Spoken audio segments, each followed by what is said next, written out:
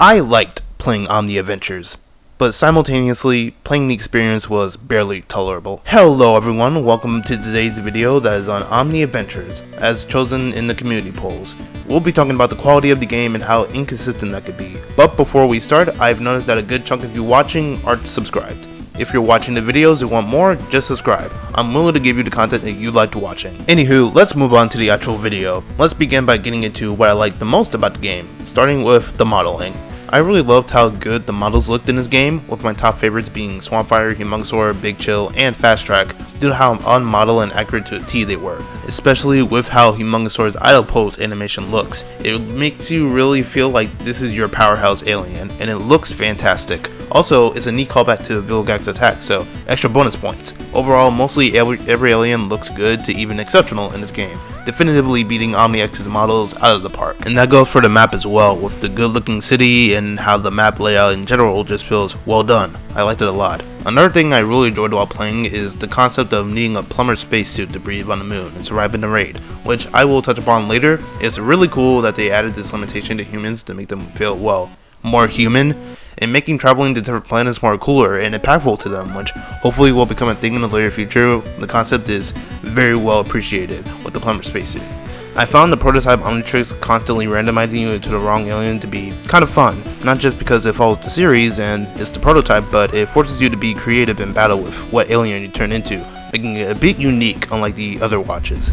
And the most important and best part is that they have an actual tutorial, or technically speaking, they added pathfinders that help you go to where the Omnitrix, Mana, and Osmosian is, so you aren't lost randomly in a part of a map and you don't know where to go or what to do, unlike in certain other games. If there are any other positives I will throw out there, I guess I like the gameplay visuals. They look neat and they are consistently well smooth. That's all for the main positives I have for the game currently, and now we get hard into the incredibly easy to notice negatives. Let's begin with the plumber suit. This is absolute garbage. Yes, I did say that I like the concept of a plumber suit being in this game, but the execution leaves very little to how good it could possibly have been. Devs, I have a few questions. Why does my suit come off whenever I de-transform? It is such a minor, yet incredibly annoying thing in raids whenever I time out and my suit is just gone, and I have to consistently stop what I'm doing and put it back on. Like, once or twice is tolerable, but 15 times in a row it starts to become an irritation. It should just be that once you put on the suit, it stays the hell on. Another question of mine is, why is the cost of said suit so high? I don't know about you guys, but $2,000 for a suit that doesn't seem to stay on during raids seems a bit too much, and kinda scummy towards players who just got the recalibrated Omnitrix, who doesn't know how much the suit will cost and probably won't have that amount regardless. Alright, here's my last question that's incredibly funny.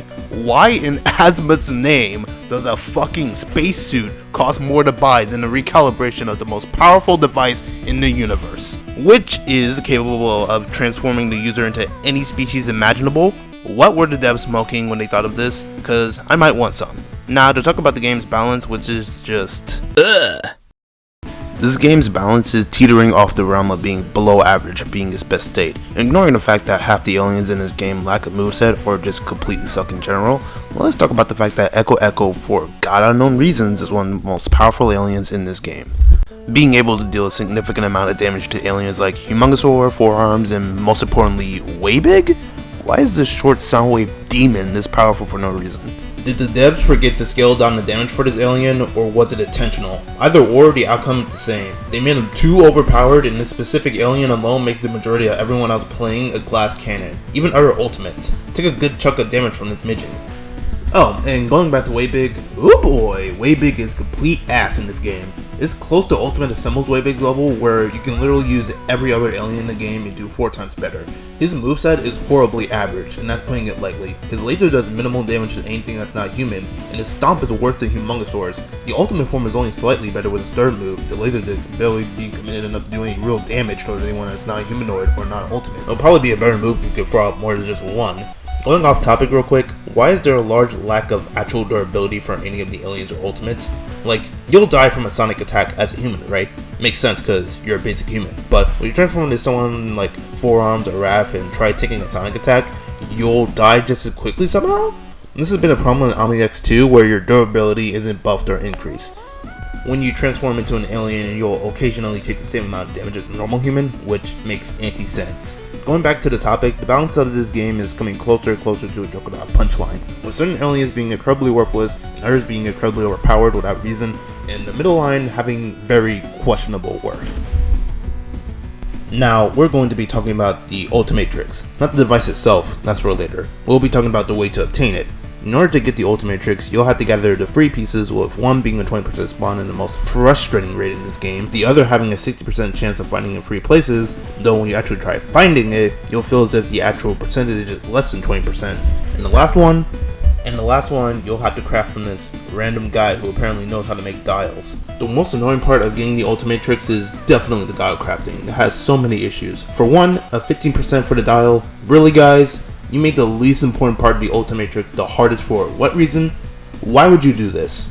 Why would you essentially make something you can easily get off a recal user by killing them this important and more difficult to get than the band? You know, the thing that actually makes up the entirety of the Ultimatrix doesn't even deserve to be 15% for the dial. You could just rip off your own Omnitrix dial and place it on the Ultimatrix. Why can't it be 30 or even 50%? Nobody playing should have to work this hard for something not even worth getting. Also, possible nitpick, how incompetent are you at your job that you can't even make something as simple as a proper dial to use for the Ultimatrix? A better way to remake this quest would be to make an assassination quest type of thing, where you have to kill a number of recal users to attain their dial. That sounds more fun to do than tediously grinding for Titanite crystal to keep getting the same result over and over again. As for the Ultimatrix itself, it's good, I guess. The ultimates are unfairly overpowered as usual, but there's something with it that makes it weirder. It involves this rampage bar that's supposed to be a limitation, so you can't easily go ultimate all the time, but I do not like this. To start off, it's completely pointless. It's super easy to gain the maximum amount of rage required with how fast the number increases when you attack just about anyone, including NPCs. Even with the new balancing updates applied, you can for some reason max out rage super easily when you're in your ultimate form, for some unknown reason. And being frank, there is an easier way to balance the Ultimatrix. Just give the Ultimatrix a 50% randomization so people can't easily get the alien they want, those including aliens that can go ultimate. And that's not good enough, you can keep the rampage bar, but make it in reverse. If you spam going ultimate a number of times, the rampage bar goes up each time you go ultimate by 2. And once you're at the max, you will get trapped inside the Ultimatrix and you'll have to fight the ultimate one by one. And if you win, the rage bar resets and you leave the Ultimatrix. But if you lose, you leave and the rampage bar is stuck at the max. You could have the rampage bar stay until you fully master the Ultimatrix. Then you'll just be stuck at the 50-50 randomization. That would be my idea of balancing the Ultimatrix, but tell me what you think in the comment section below. Going off topic, I don't like how all the Omnitrixes are the exact same from one another. If you remove the ultimate function from the Ultimatrix, it'll have the same battery and functions as the Recal and Prototype, which comes together with a large problem of the game feeling rushed.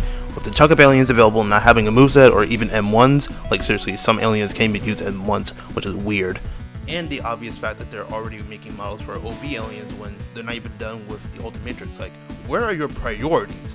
Waybig literally has no M1s. What are you people doing? It's almost as if they're trying to quickly rush the Omniverse to try to be the second Ben 10 game with the definitive Omnitrix. But that would be ridiculous, right? I want to talk more about the game about certain other issues, but I didn't want the video being 30 minutes long. But if you want more content on the game, be sure to like the video and subscribe. Click the notification bell, and I will see you all next time.